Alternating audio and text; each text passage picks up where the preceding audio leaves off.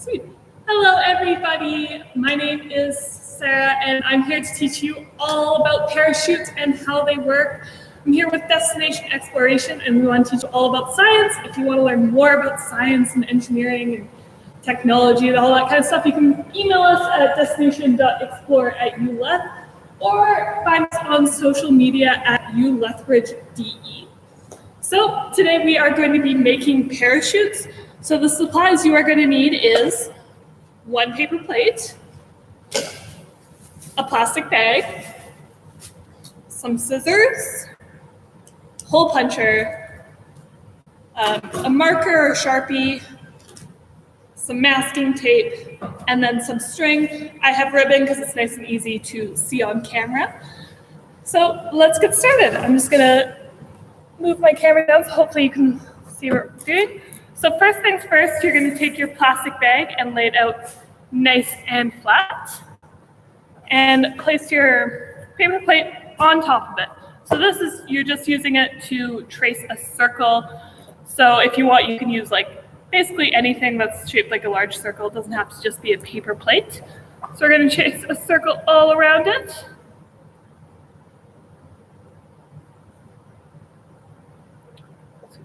It doesn't have to be perfect. So,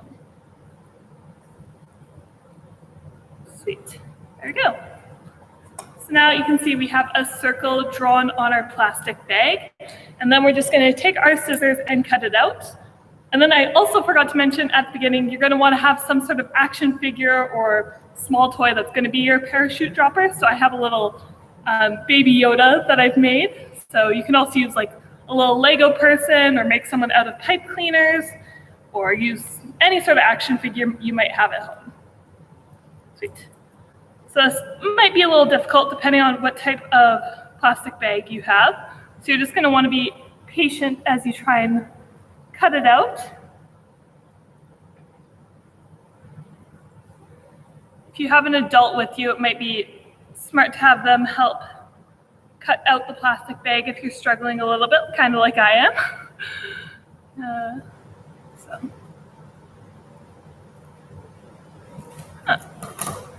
Maybe we'll just rip our plastic bag instead. That might be a little faster.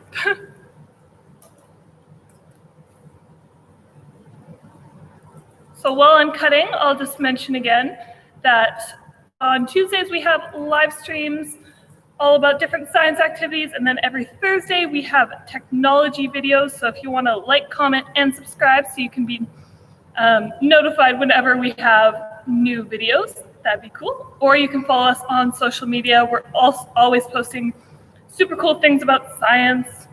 So yeah. Sweet.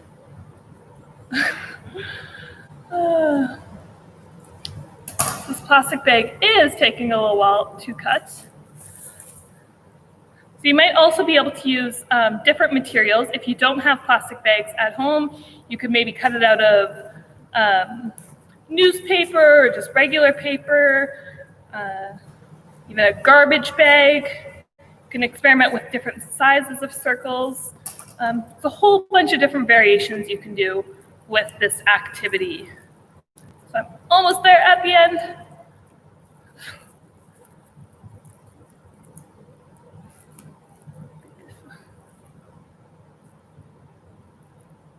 And the last couple cuts, there we go. So as you can see, mine is definitely not perfect. I'm sure yours is probably looking a lot better than mine. Okay, so the next thing we are going to do is find 4 different spots on our plastic bag.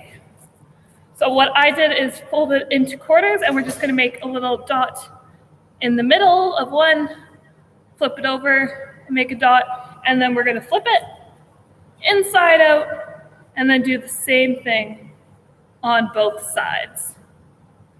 Awesome. You can see I have 4 evenly spaced marks on my circle.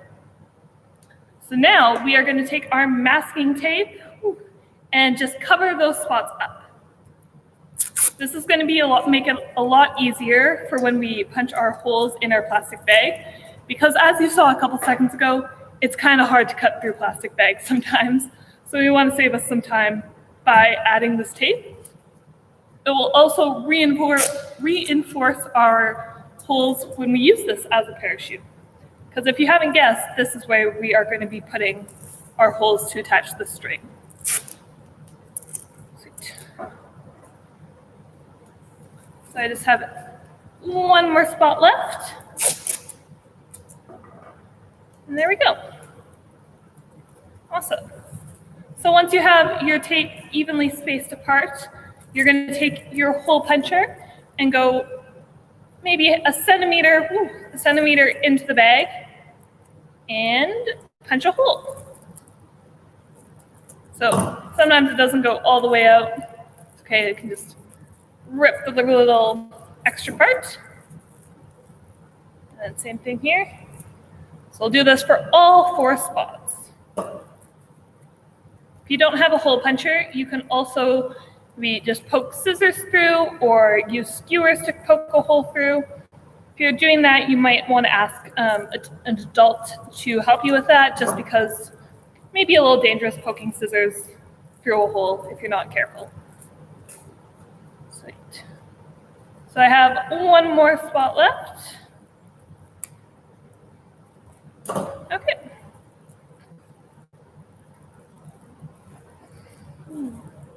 Great. So now you can see I have 4 holes that are evenly spaced. Now, we are going to take our string or ribbon or whatever you're using and take one piece and place it through each hole. So each hole will have its own individual piece. And we're going to tie it right at the top into a close knot. There, it's just a nice, small, close knot. And then you'll repeat that for all 4 holes.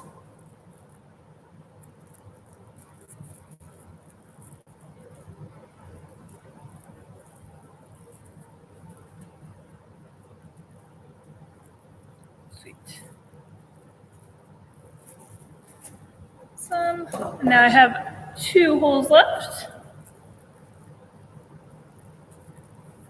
If you want, once you're done making your parachute, you can decorate it any way you want. You can color all over it, make it really fun, because in real life, if people are using parachutes, a lot of them are really cool colors, so it's easier to see them, which is kind of cool. Okay, and I'm on my last one.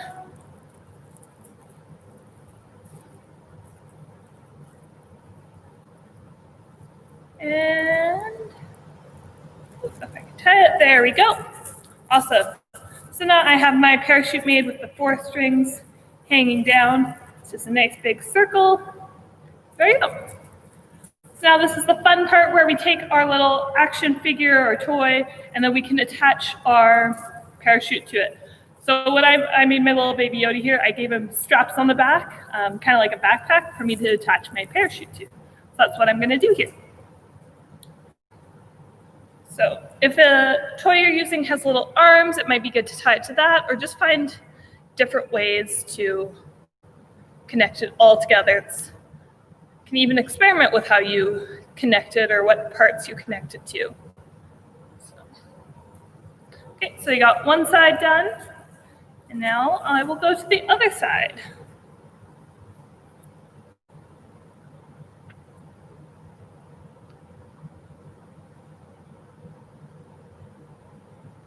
Awesome.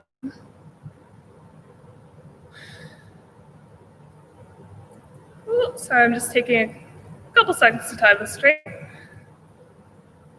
Where is it? There we go. Okay, awesome.